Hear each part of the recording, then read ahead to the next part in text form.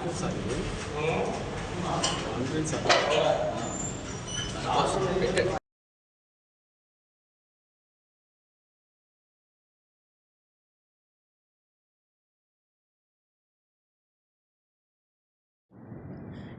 అండి.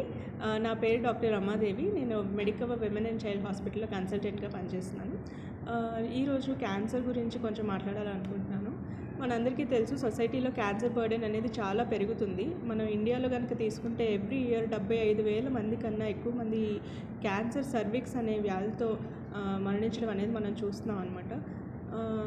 ఇంపార్టెంట్ విషయం ఏంటి అంటే, ఇందులో చాలా వరకు కూడా, అన్నీ కాకపోతే చాలా వరకు కూడా మనము ప్రివెంట్ చేసే అవకాశాలు ఉన్న క్యాన్సర్ అనమాట ఇది సర్వైకల్ క్యాన్సర్ అనేది. ఎలా అంటే ఈ హెచ్పివి వ్యాక్సినేషన్, ఎందుకంటే ఈ సర్వైకల్ క్యాన్సర్ అనేది హ్యూమన్ పాపిలోమా వైరస్ అనే వైరస్ వల్ల రావడం వలన ఈ వ్యాక్సినేషన్తో దీన్ని ప్రివెంట్ చేయడం అనేది మనకు కుదురుతుంది. అదే కాకుండా పాప్స్మియర్ అనే టెస్ట్ ఒకటి ఉంటుంది. దాంతో మనం ఎర్లీగా క్యాన్సర్ రాకముందుగా వచ్చే చేంజెస్ని డిటెక్ట్ చేయడం అనేది జరుగుతుంది.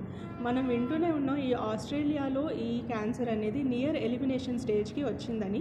వాళ్ళు ఏం చేశారు, ఇదే చేశారు. హెచ్పివి వ్యాక్సినేషన్ అనేది 9 to 14 years పిల్లలలో, బోత్ బాయ్స్ అండ్ గర్ల్స్లో ఇమ్యునైజేషన్ షెడ్యూల్లో యాడ్ చేయడం జరిగింది. చాలామందికి అది ఇవ్వడం జరిగింది. దాంతోపాటు పాప్స్మియర్ స్క్రీనింగ్ అనేది రెగ్యులర్గా చేయడం జరిగింది. ఈ 2 పనులు చేయడం వల్ల వాళ్ళు నియర్ ఎలిమినేషన్ స్టేజ్కి వచ్చారు.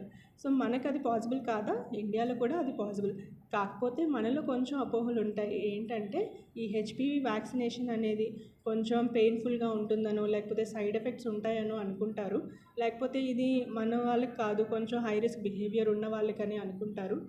పాప్స్మియర్ స్క్రీనింగ్ విషయానికి వచ్చేసరికి చాలామంది సిగ్గుతోనో, లేకపోతే ఇంటర్నల్ ఎగ్జామినేషన్ గురించిన భయంతోనో, లేకపోతే సిమ్టమ్స్ ఉన్న వాళ్ళకే ఈ ప్రాబ్లం ఉన్న వాళ్ళకి ఇది చేయాలి, మనకెందుకు అని అనుకోవడం వలన దీన్ని అవాయిడ్ చేస్తూ ఉంటారు.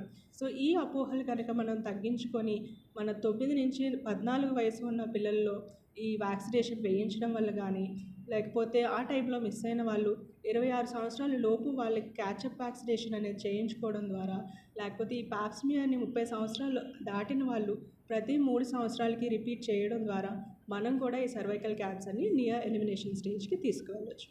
సో ఈ అపోహల్ని వదిలేయండి అండ్ వ్యాక్సినేషన్ చేయించుకోండి. Thank you.